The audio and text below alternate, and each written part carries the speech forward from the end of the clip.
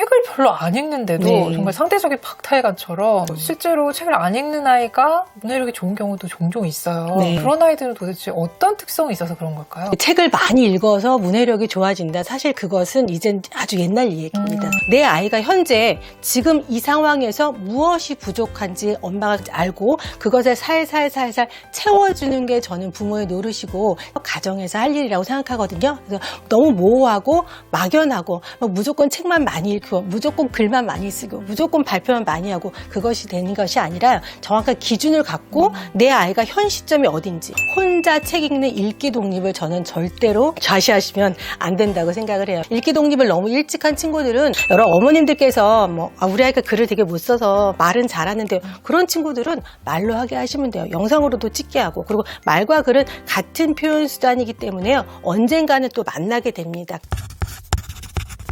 안녕하세요. 교집합 스튜디오 주다쌤입니다. 요즘 우리 아이들 문해력 때문에 정말 고민이 많으시죠. 초1부터 초6까지 가정에서 우리 아이들 문해력을 정말 알짜로 잘 지도할 수 있는 방법에 대해서 말씀해 주실 문해력 연구가 이윤영 작가님을 모셨습니다. 안녕하세요. 안녕하세요. 첫 번째 질문부터 일단 드려보겠습니다. 네. 우리 아이들 문해력을 위해서 정말 책을 많이 읽히려고 노력들을 하시잖아요. 네, 그렇죠. 네, 근데 책을 별로 안 읽는데도 네. 정말 상대적인 박탈감처럼 맞아요. 실제로 책을 안 읽는 아이가 문해력이 좋은 경우도 종종 있어요. 네. 많이 지도를 해보셨을 텐데 네. 그런 아이들은 도대체 어떤 특성이 있어서 그런 걸까요? 이제 책을 많이 읽어서 문해력이 좋아진다. 사실 그것은 이젠 아주 옛날 얘기입니다. 예전에야 책을 통해서 지식과 정보를 습득할 수 있는 그런 시대였잖아요. 그렇죠. 그런데 지금은 책 말고도 지식과 정보, 그러니까 학습 독서라고 물론 얘기를 하죠. 하는 것들이 너무 많아졌기 때문에 책만을 통해서 문해력이 좋아진다라는 것들은 조금은 시대착오적인 발상인 것 같아요. 그 대신 많은 연구가들이 연구해본 결과 책을 읽지 않고 문해력이 좋아지는 방법은 없습니다. 아이러니하게도요. 네. 그래서 기본적으로 텍스트를 읽는 힘을 키우기 위해서, 그러니까 문해력이 좋아지기 위해서는 반드시 책을 읽어야 되는데, 그러면 책을 어떻게 읽어야 돼요? 좋은 책을 아주 알차게 제대로 잘 읽고 자기의 생각을 잘 표현하는, 그것이야말로 진정한 문해력이라고 할 수 있죠. 그래서 가만히 이렇게 보면 저 친구 정말 다독한 것도 아니고 독서왕도 아닌데 쟤는 굉장히 텍스트를 잘 이해하는 것 같고 무슨 얘기를 탁 하면 다다다다다 뭔가 나오는 것 같아. 쟤 좀 이상해 하는 친구들 가끔 있죠. 그렇죠. 그런 친구들 잘 보면 한 권의 책을 읽더라도 아주 제대로 읽습니다. 아주 좋은 책을, 양질의 책을 잘 읽은 후에 그것을 자기 거화해서 소화하고 그것으로 독서록도 쓰고 발표도 하고 또 자기의 생각을 표현하기도 하고 이렇게 한 권의 책을 잘 읽은 것을 통해서 여러 가지 활동을 같이 하는 것들. 그것이 요즘 진정한 문해력이 아닌가라는 생각이 듭니다. 네, 그래서 작가님 말씀을 듣고 그래 책은 좀 덜 읽히더라도 그럼 다양한 활동들을 통해서 문해력을 키워야겠다 이렇게 생각들을 하시는데 집에서 이거를 좀 하는 게 좀 막연하고 어려우실 수 있잖아요. 맞습니다. 그래서 여차하면 그냥 학원에 보내버리자 맞아요. 이러시는 분들이 되게 많으신데 네. 학원에 꼭 가야만 그런 게 가능할까요? 이 문해력이 문제가요. 영역이 사실 너무 많아요. 예로 읽기 들어가죠. 당연히 쓰기 들어가죠.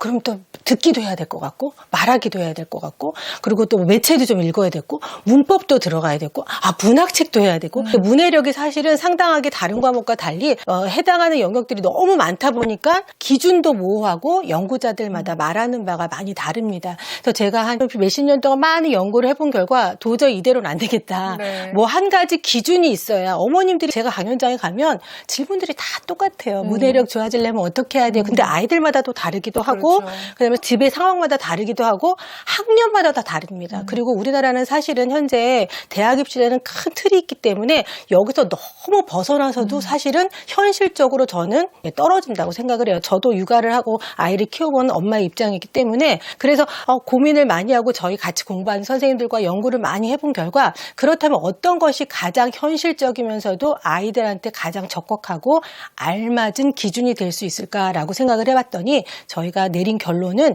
국어 교과 성취 기준표를 중심으로 하게 되었습니다. 초등학교 1학년부터 6학년까지 아니 초1부터 고3까지 우리나라는 각 교과별로 성취 기준이 있습니다. 물론 아이에 따라서 그 성취 기준을 조금 넘나드는 친구들도 있지요. 하지만 내 아이가 현재 지금 이 상황에서 무엇이 부족한지 엄마가 알고 그것을 살살살살 채워주는 게 저는 부모의 노릇이고 가정에서 할 일이라고 생각하거든요. 그래서 너무 모호하고 막연하고 무조건 책만 많이 읽고 무조건 글만 많이 쓰고 무조건 발표만 많이 하고 그것이 되는 것이 아니라 정확한 기준을 갖고 내 아이가 현 시점이 어딘지 지금 듣기가 조금 부족한지 아니면 말하기가 부족한지 아니야 얘는 읽기가 지금 부족한지 그것들을 적극적인 테스트인 교육청에서 그리고 교육부에서 인가된 2022년 국어교육과 성취 기준표를 통해서 엄마가 스스로 체크해 보시면서 아이의 부족한 점을 이렇게 채워 나가시면 불안한 문해력에서 여러분을 조금은 해방되지 않으실까라는 생각이 들었습니다. 네, 방금 말씀을 듣다 보니까 기준이라는 표현이 계속 네. 저한테 이렇게 딱 와닿더라고요. 네.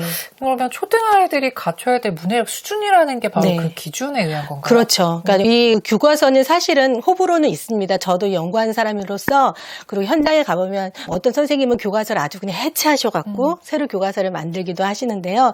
하지만 제가 또 많이 만나본 학사님들 같은 경우에는 그 교과서를 만들기 위해서 굉장히 많이 노력을 하시고 그 안에 텍스트들은 아이들의 연령별 발달 과정과 심리 상태 그 모든 것들을 융합해서 한 것이기 때문에요. 그것들을 벗어나서는 저는 또 하지 않으면 안 되지 않을까라는 생각이 들어요. 그리고 초1부터 고3까지의 성취 기준이 어쩌면 나중에 입시와도 연결되기 때문에요. 이것은 어쩌면 꼭 지켜야 된 혹은 꼭 기준이 되어야 될 기준이라고 생각하거든요. 그래서 그것을 잘 마련한 다음에 그 다음 스텝으로 조금씩 넘어가면 좋은데요. 일단 초 1, 2학년 이게 뭐 1학년, 2학년, 3학년 이렇게 6학년을 다 나눈 게 아니라 1, 2학년, 3, 4학년, 5, 6학년부로 언어이기 때문에 학년 군별로 나눴습니다. 그래서 이해하기 쉽게 1, 2학년을 저학년이라고 하겠고 3, 4학년을 중학년이라고 하겠고 5, 6학년을 고학년이라고 한다면 초 1, 2에서는 듣기가 정말 중요해요.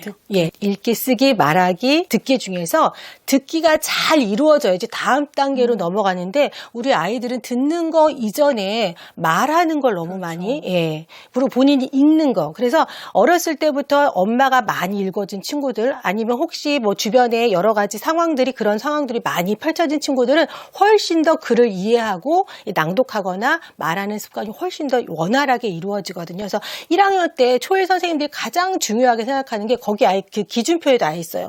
자기의 말 순서를 잘 지켜서 타인의 말을 잘 들을 것. 먼저 다른 사람 이야기를 잘 듣는 거죠. 영어도 마찬가지잖아요. 그렇죠. 듣기가 맞아요. 먼저 돼야지 맞아요. 이게 말하게 되는데 국어 같은 경우에 모국어다 보니까 엄마들도 많이 급하시고 선생님들도 마찬가지시고 이렇게 먼저 말하기를 먼저 시키는 경우가 많은데 먼저 충분히 듣고 1, 2학년 때는 그리고 3, 4학년 때는 많이 읽어야 됩니다. 여기서 이 많다는 게 뭐 다독을 하라는 게 아니라 읽기, 쓰기, 말하기, 듣기 중에서 읽기의 비중을 조금 높이란 소리예요. 그리고 5, 6학년이야말로 비로소 쓰기를 좀 집중적으로 하게 되면 아이가 훨씬 더 이 문해력에서 어려움을 좀 덜 겪지 않을까라는 생각이 듭니다. 학년별로 그런 포인트들만 잘 여러분들께서 숙지하시면 아 우리 아이가 지금 어떤 부분이 좀 약하구나라는 것들을 좀 알게 되지 않으실까라는 생각이 듭니다. 네, 좀 전에 말씀하신 게 듣기, 읽기, 쓰기로 말하기. 이렇게 가면 된다 이렇게 네, 말씀하셨는데 그러면 우리 아이가 저학년인데 듣기는 잘해요. 네. 그러면 선행학습처럼 네. 읽기를 그 다음 단계로 이렇게 뛰어넘고 이러는 거에 대해서는 어떻게 생각하세요? 잘 들은 아이들은요 스스로 읽고 싶어서 많이 이렇게 엄마를 조릅니다.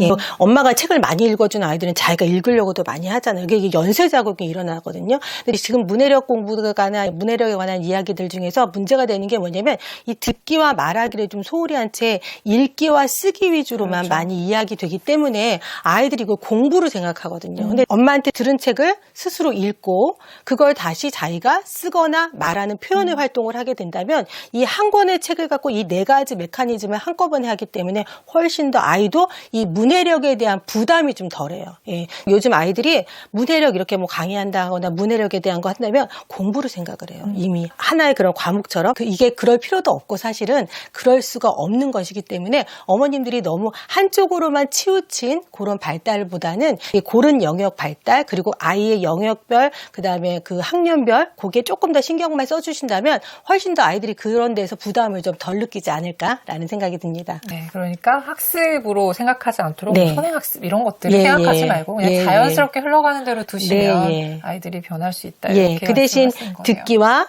읽기와 말하기, 표현하기, 쓰기 요 4단계를 조금 더 순차적으로 하시는 것들을 좀 권해드리고 싶습니다. 네, 그러면 현실적으로 네. 1학년부터 5, 6학년까지 각 시기에 어떤 활동들을 네. 하는 게 네. 문해력을 키우는 데 도움이 될까? 좀 전에 듣기, 읽기, 말하기, 쓰기라고 말씀하시긴 네. 하셨지만 좀 더 자세하게 구체적인 네. 말씀 좀 예, 부탁드릴게요. 일단 저학년 같은 경우에는 많은 책을 읽어주십시오. 그리고 아이가 혼자 책 읽는 읽기 독립을 저는 절대로 좌시하시면 안 된다고 생각을 해요. 읽기 독립을 너무 일찍 한 친구들은 어려운 텍스트가 나오면 진짜 읽을 수가 없거든요. 특히 요즘 그림책 같은 경우에는 뭐 감정적이거나 혹은 되게 부정적이거나 아이가 좀 다루기 어려운 메커니즘을 다루는 책들도 굉장히 많아요. 그것은 일단 그냥 글씨만 읽어서 되는 책들은 아니거든요. 그럼 엄마와 함께 읽으면서 이럴 때는 어떤 생각이 드는지 한 줄 한 줄 읽으면서 서로 대화도 많이 나누시고 꼭 한 권을 완독해야 되고 이걸 처음부터 끝까지 다 읽고 이야기 나눈다 그렇게 생각하지 마시고 페이지마다 아이와 함께 듣기와 말하기를 병행하시면서 놀이처럼 이렇게 해주시는 게 좋고요. 이 1, 2학년 때는 자기보다 조금 나이가 많은 언니, 오빠들과의 대화들도 굉장히 좋아요. 상위 언어가 자기보다 3살에서 4살 정도 많은 동성이 언니나 오빠와 함께 이야기 나누면서 어휘력을 많이 신장되는 아이들도 굉장히 많잖아요. 둘째들이 말을 잘하는 이유가 어머님들이 부지불식간에 그 아이들끼리 서로 이야기하면서 이게 언어가 이렇게 섞이게 됩니다. 그래서 이야기들을 아이와 많이 하시고요. 그 다음에 많은 책들을 좀 읽고 그 책을 읽어주시면서 함께 이야기 나눈 게 초등 1, 2학년에는 가장 중요하고요. 이때 그렇다면 쓰기는 안 해요, 작가님? 이런 질문도 되게 많이 그렇죠. 하세요. 예, 한 줄만 쓰십시오. 예, 책을 읽고 제일 인상적인 문장 딱 한 줄 정도만. 그것만 해도 충분합니다. 그 다음에 3, 4학년 때는 이때부터 본격적인 학습 독서가 들어가야 되잖아요. 이때부터는 스스로 읽고 장르별로 어떻게 읽는지 읽는 방법을 조금 구체적으로 알려주세요. 논설문은 이렇게 읽는 거야. 설명문은 이렇게 읽는 거야. 편집글은 이렇게 읽는 거야. 같이 읽으시면서 다양한 장르가 있고 세상에는 다양한 종류의 글이 있다는 걸 충분하게 알려주셔야 돼요. 이때는 제일 중요한 게 저는 도서관이나 서점 같은 데를 한 달에 최소한 그래도 한 번 정도는 방문하셔서 세상에는 백과사전도 있고 심리학 책도 있고 뭐 과학책도 있고 넓은 세계가 있다는 걸 아이가 알아야 됩니다. 그래서 도서관이나 서점에서 그냥 돌아다니게 하면서 책 등이라도 보게 하세요. 그러면서 내가 우주에 대해서 이렇게만 알았는데 이런 책들도 있구나. 이런 것들을 좀 알게 하는. 그래서 다독보다는 좀 넓게 책을 읽게 하는. 읽기를 조금 더 중요하게 생각하시면 좋을 것 같고요. 이때도 또 쓰기를 안 하면 안 되나요? 또 이런 얘기를 하는데 이때부터 그래도 한 5줄 정도 이렇게 점점 분량을 늘려나가는 거예요. 뭐 새로 알게 된 사실 같은 거 5줄 정도 쓰라고 하면 애들 정말 잘 씁니다. 의미 없게 쓰는 독후가 한 페이지보다요. 어떤 과학 잡지를 읽고 새로 알게 된 사실만 5줄 쓰는 게 이 아이 인생에는 훨씬 더 평생 남게 되는 겁니다. 자, 그리고 5, 6학년은 이제 본격적으로 많이 듣고 많이 읽었으니까요. 많이 표현하게 되겠죠. 그러니까 말로 표현해도 되고요. 또 글로 표현하게 됩니다. 여러 어머님들께서 우리 아이가 글을 되게 못 써서 말은 잘하는데요. 그런 친구들은 말로 하게 하시면 돼요. 영상으로도 찍게 하고. 그리고 말과 글은 같은 표현 수단이기 때문에요. 언젠가는 또 만나게 됩니다. 그렇기 때문에 너무 걱정하지 마시고 같이 그 표현하는 방법들 아이한테 맞는 방법을 공유하셔서 함께 해보시면 좋으실 것 같습니다. 작가님 말씀을 들으니까 한 100권 정도 읽어가지고 뭐 다독왕을 한번 시켜보겠다. 이런 거창한 계획 세우시는 거 안 하셔도 되겠다. 이런 생각이 드네요. 네, 마지막으로 작가님의 책 초등 문해력 수업 잘 활용할 수 있는 방법을 좀 소개해 주시면 좋을 것 같아요. 초등 문해력 수업은요. 여러분께서 단 한 권의 책을 아이와 함께 읽고 그것을 제대로 잘 정리해서 아이의 사고력을 신장시키고 그리고 그것을 통해서 아이의 표현력을 굉장히 많이 업그레이드 시키는 그런 방법을 학년 군별로 담아봤습니다. 여러분께서 집에서도 편하게 하실 수 있게 다양한 어크지와 방법론들을 담아놨으니까요. 쉽게 집에서 아이와 함께 안심하고 하셔도 좋으실 것 같습니다. 여기까지 들으신 분들은 작가님이 쓰신 책 너무 궁금하실 것 같은데요. 저희가 책 나눔 이벤트 진행하고 있습니다. 오늘 영상에 대한 소감이나 이 책에 대한 기대 소감 남겨주시면 저희가 선물 보내드리도록 할게요. 자세한 내용은 더보기와 고정 댓글 봐주시면 될 것 같습니다. 네, 오늘 유익한 말씀 정말 감사합니다. 수고하셨습니다. 네, 고맙습니다.